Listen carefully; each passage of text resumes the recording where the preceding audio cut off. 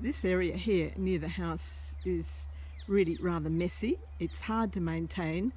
Got an arch here with a rose going over, two roses going over the top. They're Kathleen Harrop variety, thornless, but they still require a degree of maintenance, and being close to the house, they could carry a fire in the height of summer when it's very dry. Over here we've got an arch which has got, well, it's more like a pergola I suppose, with the silver birch climbing up and then weeping down, and that really needs to be trimmed up, given a haircut so to speak.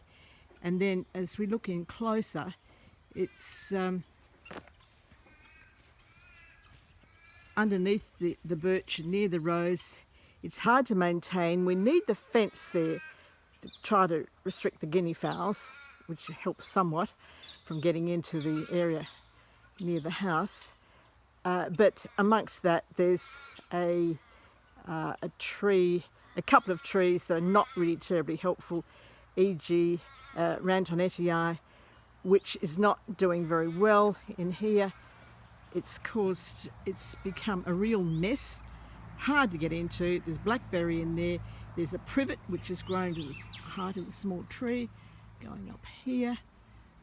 That could be halved to reduce the amount of vegetation and basically to make it a lot easier to get in and keep it tidy and keep the fuel load down, because in a few weeks this will be a whole lot drier unless most of it gets removed. There's soursop in here, there's thistles, oh, you name it. We've got a good collection of clover as well, which I've just been pulling out well, over the last week or so, really getting to this clover before it can seed.